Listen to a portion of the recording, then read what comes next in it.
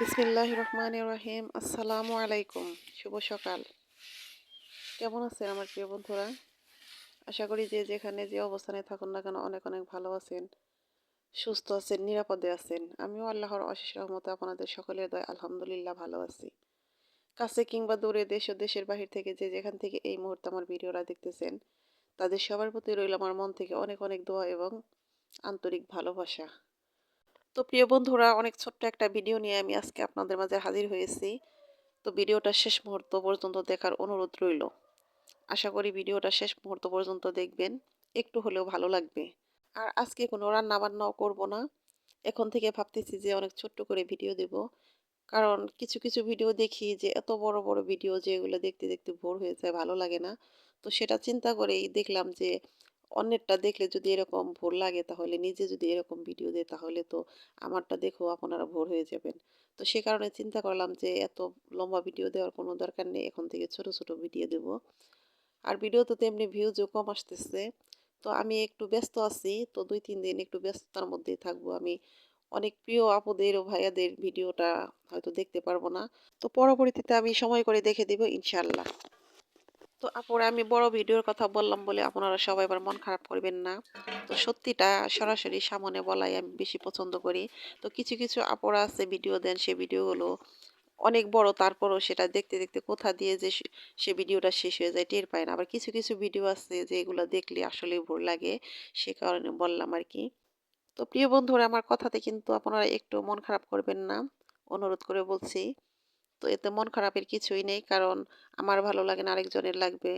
তো কোনো ব্যাপার না, আপনাদের যতটুকু মন চায় আপনারা ততটুকুই ভিডিও দিন। আমার সাধ্য মতো আমি দেখে নেব ইনশাআল্লাহ। তো এই তো আমার সকাল বাসি কাজ করা শেষ। এখন পানিটা ফিল্টার করে নিয়ে নিলাম। এখন ঘরে গিয়ে পানি খাবো। আর এই যে দেখেন আমার ফুলের কি অবস্থা করেছে, কালকে পোলাপানে ফুলগুলো ছিঁড়ে একদম তছনছ করে ফেলেছে। আমার খুব খারাপ লাগতেছে। এই কসমস ফল কিন্তু আমার দেখতে খুব ভালো লাগে। এটা কিন্তু 12 মাসই ফুটে, খুব সুন্দর দেখা যায়। তো বাগানটা যখন ফুল শূন্য থাকে তখন কিন্তু এই কসমস আর হলো নয়নতারা, এই দুটি ফুলে কিন্তু আমার এই বাগানটা পরিপূর্ণ করে রাখে। তো এই তো গাঁদা ফুল আর কিছুদিন আছে, তাই শেষ হয়ে যাবে। তো এই তো দেখুন আপনাদের ভাই একটা মাছ এনেছে। তো 4 কেজি ওজনের এই মাছ সকালবেলা নিয়ে এসেছে। তো এই মাছটা কাটতে কাটতেই আমার আজকের মতো ভিডিওটা শেষ হয়ে যাবে।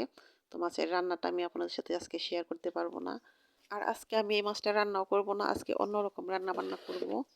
তো মাছটা কেটে আমি রেখে দেবো। তো এই মাছটা কাটতে কিন্তু আমার অনেক কষ্ট হয়েছিল। তো আমার ছোট ছেলে পাঙাশ মাছ খুব পছন্দ করে, তো আমারও তো পাঙাশ মাছ খাই না। তো বলছি যে তুমি এখন আর ছোট না, বড় হয়েছো, পাঙাশ মাছ আমরা খাই না, তোমাকে খেতে দেবো না।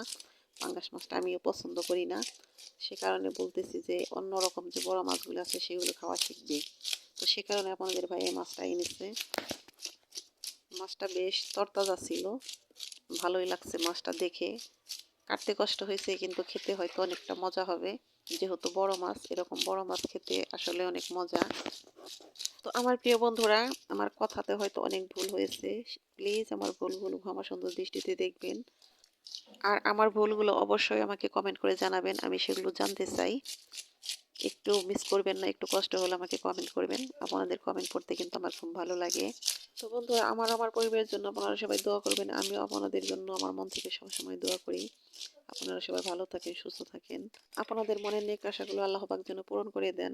তো বন্ধুরা, আমার আজকের এই ছোট্ট ভিডিওটা আপনাদের কাছে কেমন লাগলো অবশ্যই আমাকে জানাবেন। তো এই তো কথা বলতে বলতে আমার মাছ কাটা শেষ। এখন আমি মাছগুলোকে সুন্দর করে পিস করে ফ্রিজে রেখে দেবো।